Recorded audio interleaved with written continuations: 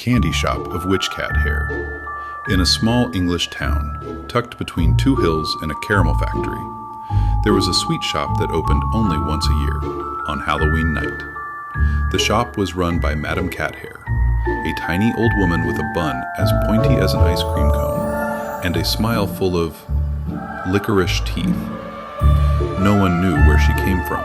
Some said Hungary, others swore Transylvania, and an old gossip from the market claimed she had once descended straight out of the factory chimney, perched on a broom.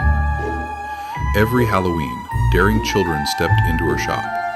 It was said that her candies were extraordinary, sweets that made you float, chocolates that turned you invisible, changed your voice.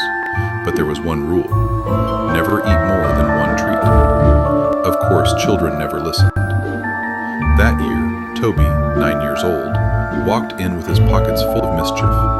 He swallowed a strawberry lollipop that sent him bouncing to the ceiling, a bar of chocolate that turned him bright blue, and a chewy caramel that made rabbit ears sprout on his head.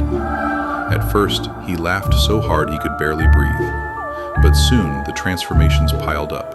His legs turned limp like spaghetti. His arms spun like propellers, and he ended up looking like a giant candy wrapped in shiny silver paper. Madame Cathair clapped her hands delighted. "Bravo, my boy! You are the finest sweet in my collection." She placed him in the shop window, between a girl turned into a rainbow lollipop and a boy who flickered like a Christmas garland. They all smiled, but their eyes begged to be set free. The next day, the adults walked past the closed shop and said, surprised, "What a beautiful window display! The candies look almost alive."